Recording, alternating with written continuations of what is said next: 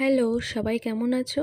অনেক দিন পর আবারও তোমাদের সাথে একটা মিনি ব্লগ শেয়ার করতে চলে এলাম। এই ভিডিওটি ছিল সপ্তাহখানেক আগের একটি দিন। তো অবশ্যই তোমাদের সঙ্গে শেয়ার করব যে আমরা কোথায় যাচ্ছি, কি করলাম।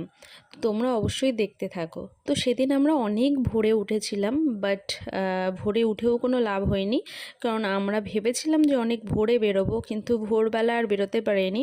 মোটামুটি 6:30 7টা বেজেই গেছিলো। যতই হোক বাঙালি তো, এটা করতে ওটা করতে আমাদের দেরি হয়েই গেছিলো।